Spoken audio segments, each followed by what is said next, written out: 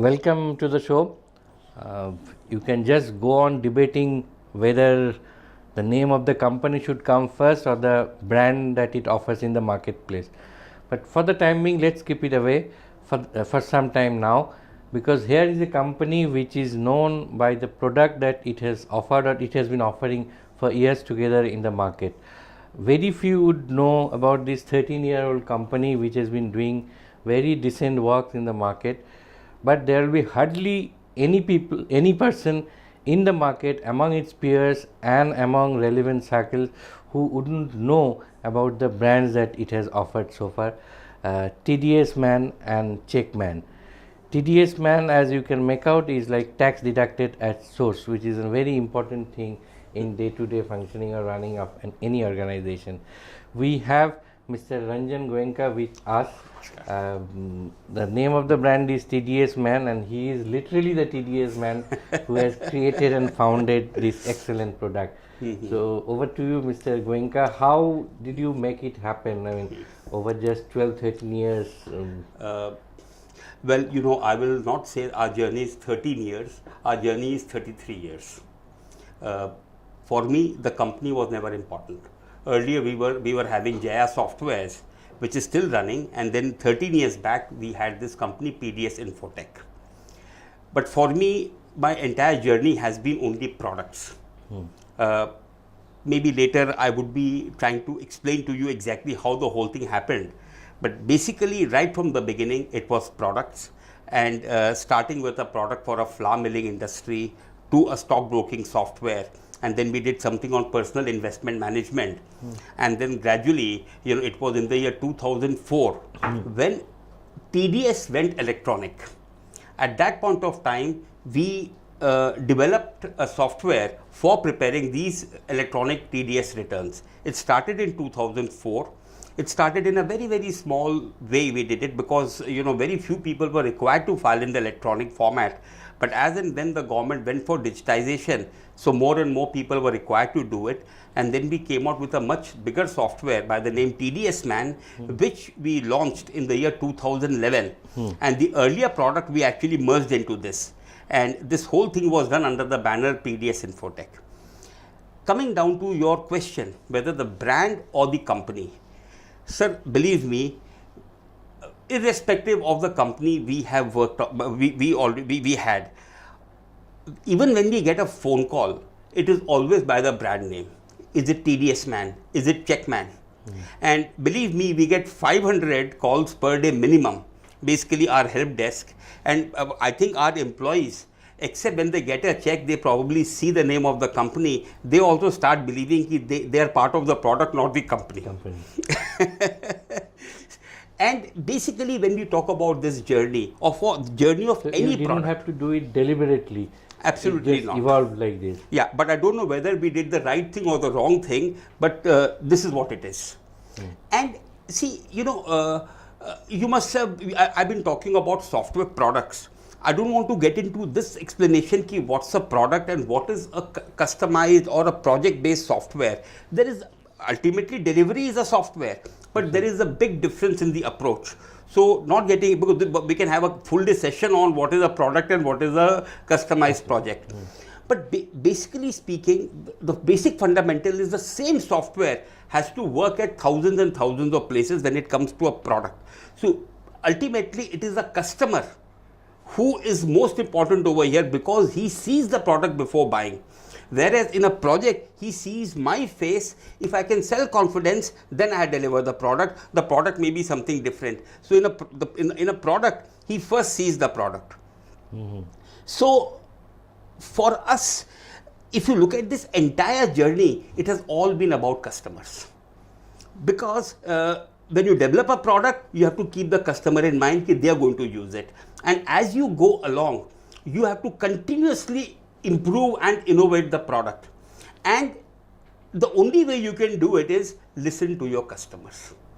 And the day you stop listening to your customers, believe me, the life of the product is limited. So this is this is my take. Be all and end all for any product. Customer is the be all and end all. Absolutely. And in our office, I don't know about others, but at least I can tell you, I don't want to hear any customer. Suppose some customer is very happy and he comes and praises ki we loved your product. I'm very happy to hear that, but I says don't come to me for that. I only want to listen to those customers who feel we can do better, and that is the way we can improve. So I'm only filtering the things that the customer is asking which we don't have. And this is how we have been nurturing the product. And since you're listening to the customers, so we have been able to generate a lot of loyalty about it. So listening to the customer has been one of the key factors attributing to your success so far. Definitely yes, and I'm sure it is with everyone who's into the product business. The day you stop listening to your customer, your days are limited, and I strongly believe on this. And I can give you many examples of companies failing after being very successful. So other than these, what would you attribute your success to? 1, 2, 3 key factors? See, ultimately, the whole thing thrives on revenue. Obviously, you have to have a good product. So, but there are so many good products which don't really work in the market. Thing is, you have to showcase to the end user. Fortunately, when TDS Man was launched, the digital space had become very active. The internet penetration had started happening. I'm talking about maybe late 2000 and after like 2010 and just before 2010, the penetration has started. Really, digital marketing was not very mature. So whatever came into our mind, we kept on experimenting and doing lot many things. We even started a blog, talking about content about TDS, and then we were talking about Google AdWord marketing. We were talking about search engine optimization. We were talking about so many things, but everything was so informal at that point of time. But we learnt it the hard way. But believe me, today we have a TDS Man user in every corner of the country, and we were able to reach them basically through digital marketing. So one of the main reasons for success of TDS Man and its demographic reach has been digital marketing, and I think we have done it decently well. And on the other side, as I already told you, see, these kind of products sells more on references.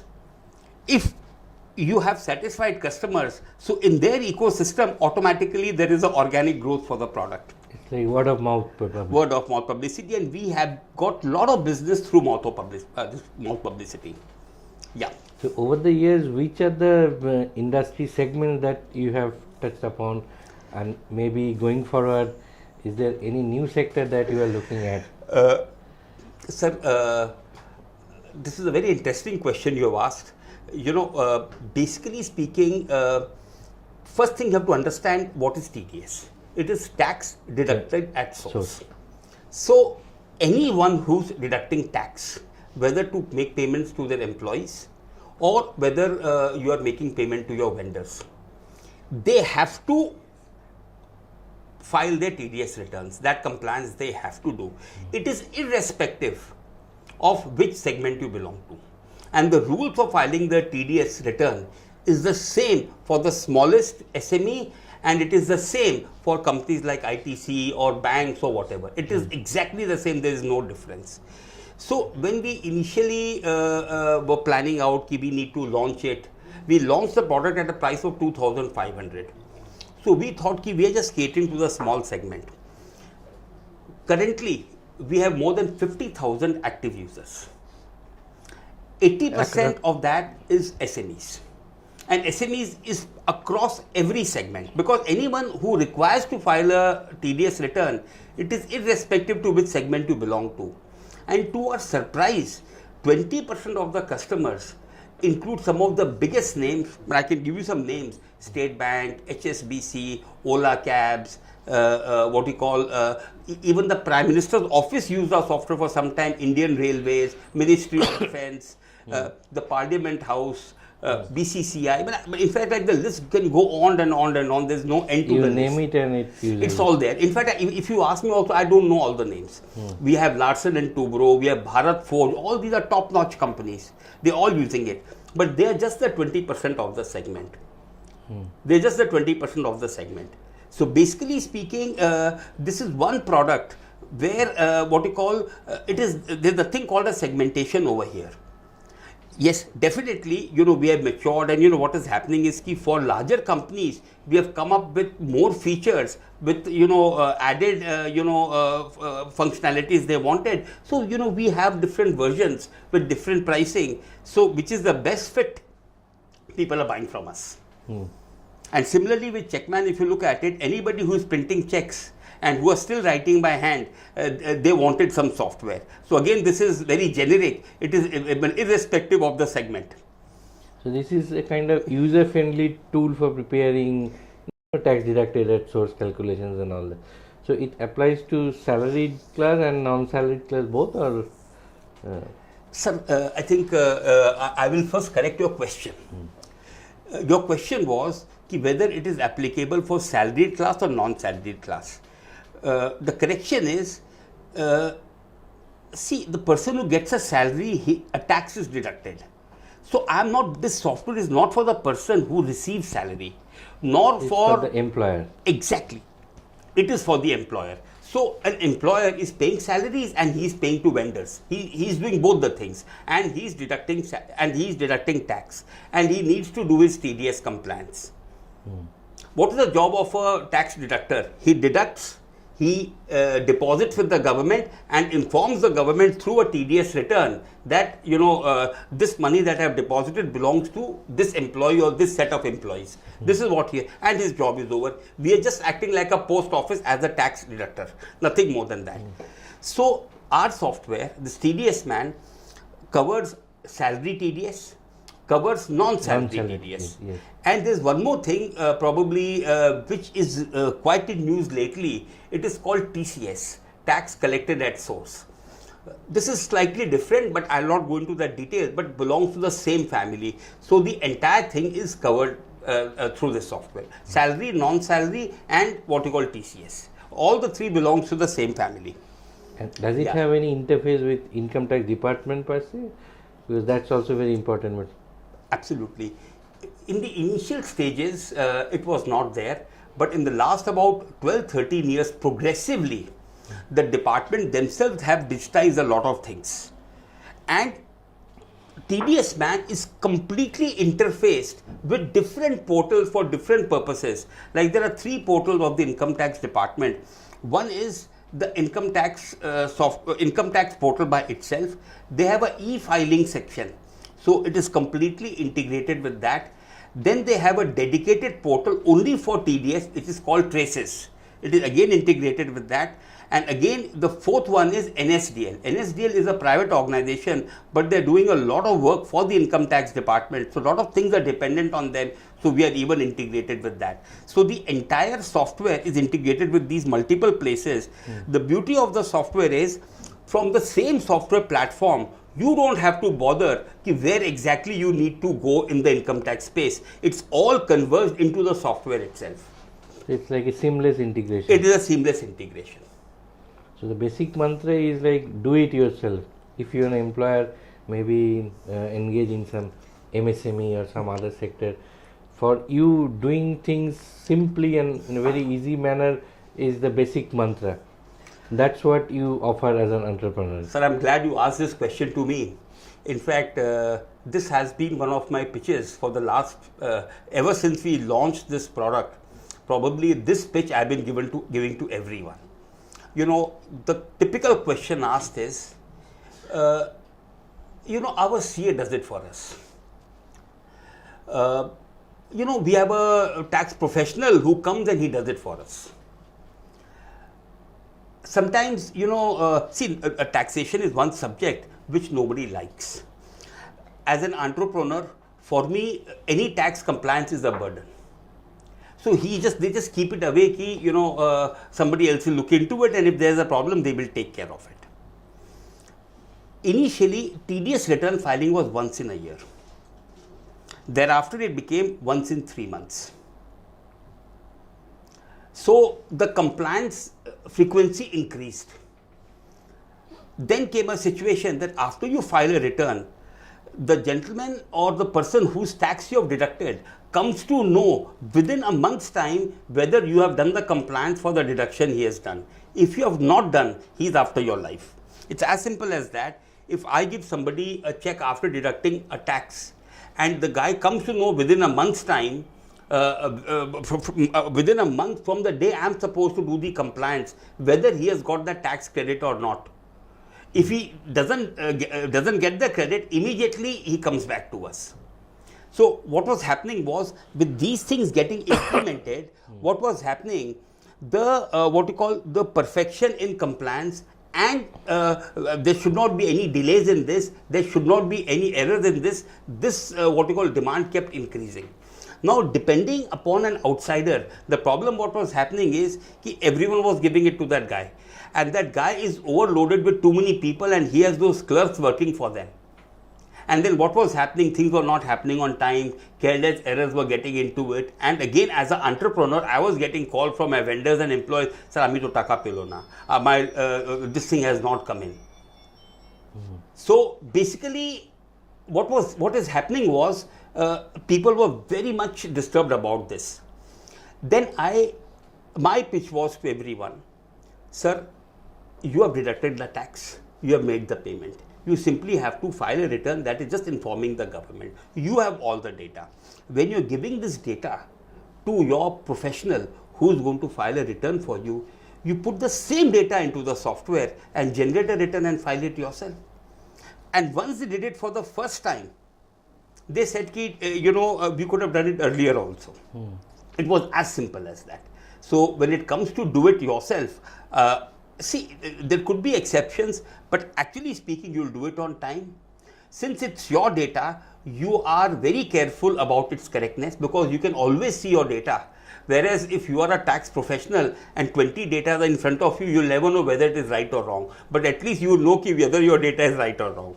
So by this way, every year, a lot of people are actually coming back to do it themselves rather than outsourcing it to tax professionals.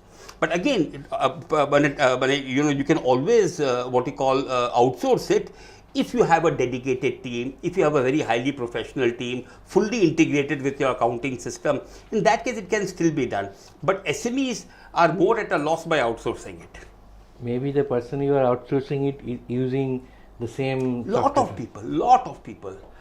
So why believe don't you me, use it at least yourself? there are 500 people who are data processors and your tax professionals who's using TDS Man. So you also have to ensure that the error margin is low at its minimum in the whole process. Sir, I'll tell you again, errors are of two types. One is a data related error. Suppose I have deducted your money and I give somebody else's name in your place. That my software cannot detect. But there are so many errors. Errors could be, I should have deducted 5% tax in your case. I deducted 2%. That can be tracked. Similarly,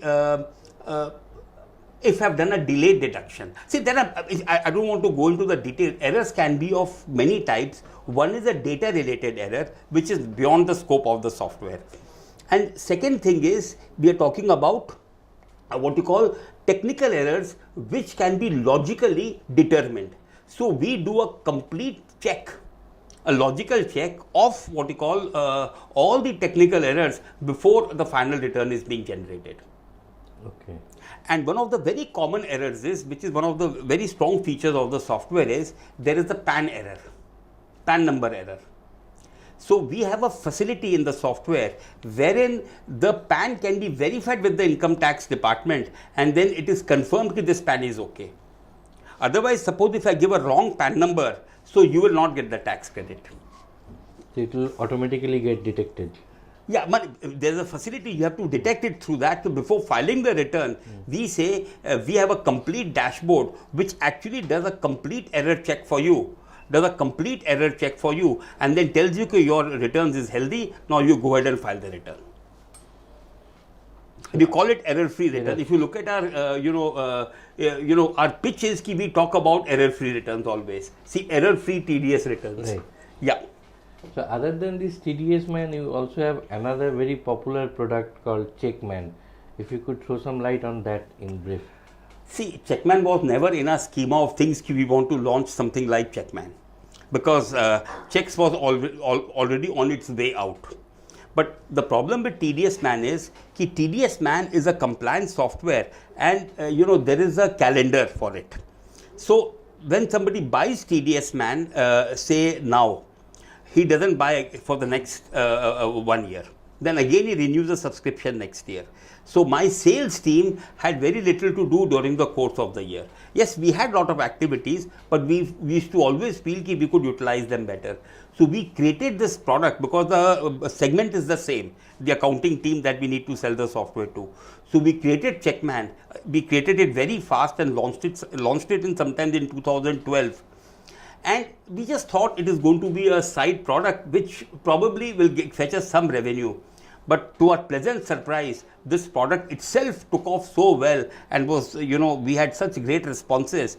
And the happiest day was when Mr. Ratan Tata's office also bought this software long back. And today we have a lot of users of this, and we have continuous, business pouring in for this, despite government talking digital, all going online. But still there are people issuing checks, and we are still having steady business on this. This is simply a check writing software, nothing else. But there have been major accomplishments on that front as well. As you said, Mr. Tata See, for us, he has paid the same amount which anybody else pays. So there's no difference in the pricing. But sometimes a name gives you that, extra feel-good factor. Absolutely. That's it. Absolutely. I don't know whether his team was using it, but his office bought it in Bombay, where he sits. Okay. Now coming back to another important thing, and so far you have explained TDS Man and Checkman. So there are other major utility areas as well. Do you think that the same model can be replicated in those areas, and maybe you are looking at foraying into those utility areas as well? Yeah, see, it's like this. We have built up a model where we know how to reach out. We have customers who trust us.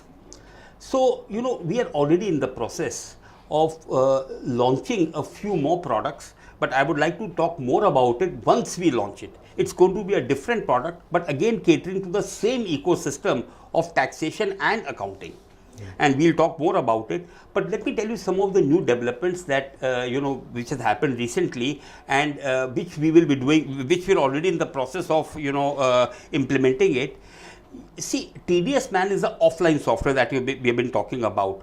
We have already created an online platform that is called tdsmanonline.com. In this particular platform, you don't buy the software, you pay by use. So you can prepare and file a TDS return for as low as 120 rupees. So the segment for that market is that there are a lot of people who has very limited records and have very low budgets. They don't want to spend maybe 4,000-5,000 rupees. So maybe in 500,000 rupees, they are able to do their compliances. So already this product is already there, and we are getting a lot of traction from these smaller guys. This is completely a cloud-based solution. Now this is one end of the string. On the other end, this same platform has been scaled up to the enterprise model. It's a completely different product called TDS Man Online Enterprise. Over here, we are targeting large format customers who has multi-users, multi-branches, but all their things are scattered. So now they can still keep it scattered, but being on the cloud, they can integrate the entire data into one single place. And already we are in talks with State Bank of India, talks with HSBC, Ernst Young, Deloitte. But everyone is extremely excited about it. I hope the ticket size is going to be much larger over here, and we hope in the same ecosystem we will be able to address a completely different market segment. In fact, we did a very big project for the Bombay Municipal Corporation, only for their salary part. In fact, they have more than 2.5 lakh employees, including pensioners, and completely on our platform, they were able to do their entire compliances. So hopefully, we would be launching more products, but right now this is what we are going to do. And one more thing I would like to tell. See, it's all about passion, and it's all about someone driving it. Through this interview, it's my invitation to all youngsters. If you have an idea within this ecosystem, I am opening my what you call infrastructure. Come, let us develop the product together and you drive the product. We will ensure you to tell you how a product is made, how a product is nurtured, and how a product is actually sold in the market, and we will leverage the what you call the entire customers that customer base that we have. So that is the plus point you are getting. So this is an open invitation to any youngster. That's really exciting. I mean, you're kind of floating an incubation model where people can come with their bright No, ideas. see, I'm not talking about incubation. I'm saying we will become your partners in this. You drive the product and we will give you all our expertise. We will give, see, ultimately a lot of people develop a product, but they don't know how to develop a mature product. You must be hearing so much about startups, people are talking and people are very excited. But what happens is, later on, the whole thing fizzles out. Why it fizzles out? Because the maturity is lacking. And number two, there was no one to take it forward. See, somebody can become a mentor. But again, mentorship is very limited. But over here, we will be a stakeholder. Right. So we will ensure his success. And if he failed, also we fail together. You just spoke about success and failures, and we have heard so much about your products, but I have deliberately kept one fascinating story on hold for so long. I think that's going to be the most fascinating story of an entrepreneur who had started his journey at a very early stage. I mean, why don't you share how you started and how you made this company which is doing so well at this point of time? I mean, PDS Infotech, where it stands today, is because of your entrepreneurial vision and endeavor. So why don't you share your So story? first thing I would like to correct you. I never say that we are doing very well. We may be doing very well when you look at companies who have not done well. But there are a lot of companies who have done better than me. So I still feel that we have a long way to go. You are doing decent. We have a long way to go. See, sir, first thing is that, I finished my college in 85. So software, computer, nobody was even knowing about it. So even my intention was never to, get into this business.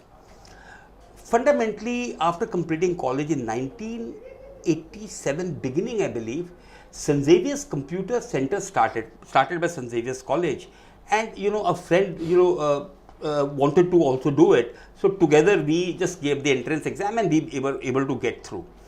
And once the course started, may not be a very parliamentary way to say, it was love at first sight with the subject, not the lady teacher. It was love at first sight. I was just 21 that time. And I don't know, even while I should dream programs at that point of time. The course got over, went off very well. Thereafter, I had no computers and everything was sidelined. And my father wanted me to put up a factory. So I was exploring opportunities, what factory I can put up. We explored some, a sewer pipe and all kinds of things. Meanwhile, what happened, someone just came with a handheld computer. He said कि तुम तो अभी computer programming किए हो, हम खरीद के ले आया फैंसी मार्केट से, इसमें अपने कुछ कर सकते हैं क्या? So I am tempted to ask you to show us that. No, in fact, in fact, this is the same piece where I wrote my first program after leaving college. This is the first piece in which this is, what is the configuration? It is 2 KB RAM. Please, 2 KB, just 2000 characters, out of which 0.5 the system used to occupy, and in 1.5 KB I have to write my program and I have to store data in this. So this machine first came to me, and then I wrote a small program on this, and it worked for that guy.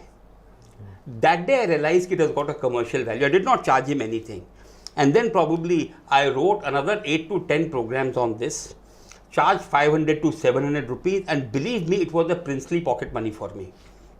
It was a princely pocket money for me, and every time I delivered. Does it still work? Or? No, it doesn't work. Maybe it can work, but maybe the battery is not there.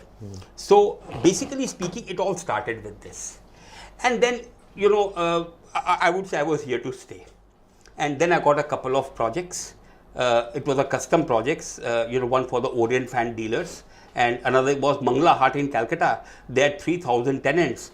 I got 2 projects, and fortunately both were delivered very well, and that put me into the business.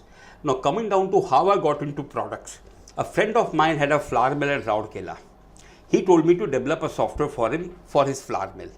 We developed it and it worked beautifully for him. Then he said, you have made such a software, why don't you sell it on a national basis?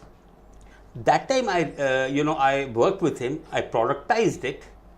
Believe me, at a time when there was no internet, a time where making a STD call anywhere in India during the daytime used to cost us 2 seconds, but 1 unit for 2 seconds, if you remember. I'm talking about way back in late 80s, early 90s.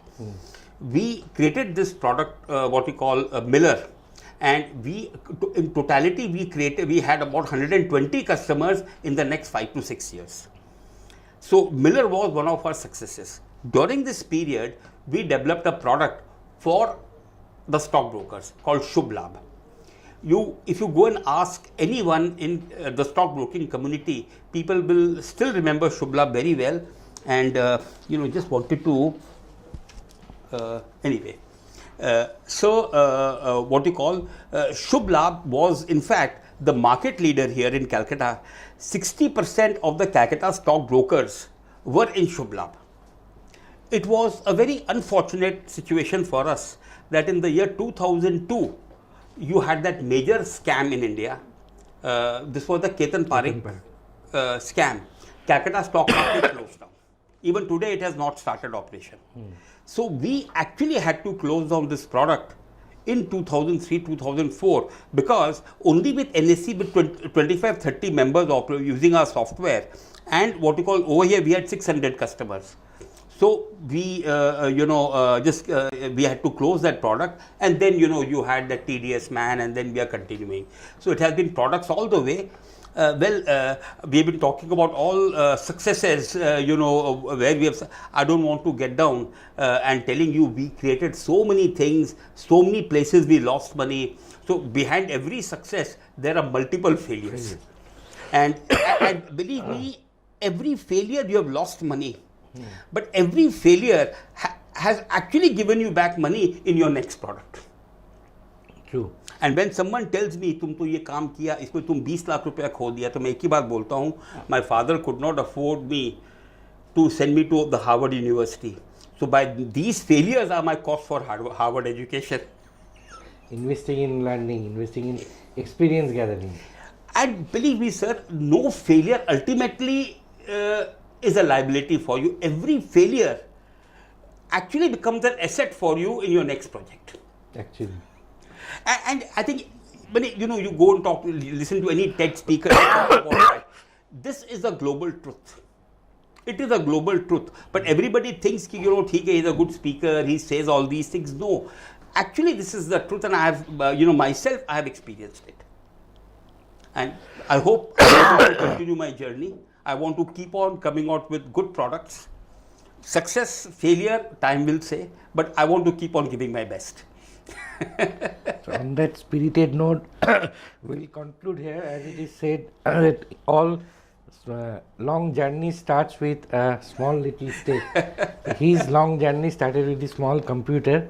I'm sure he will have many more success stories to share with us when we meet him next time. So till then, all the very best. Thank you so much. We'll meet very soon. Thank you so much.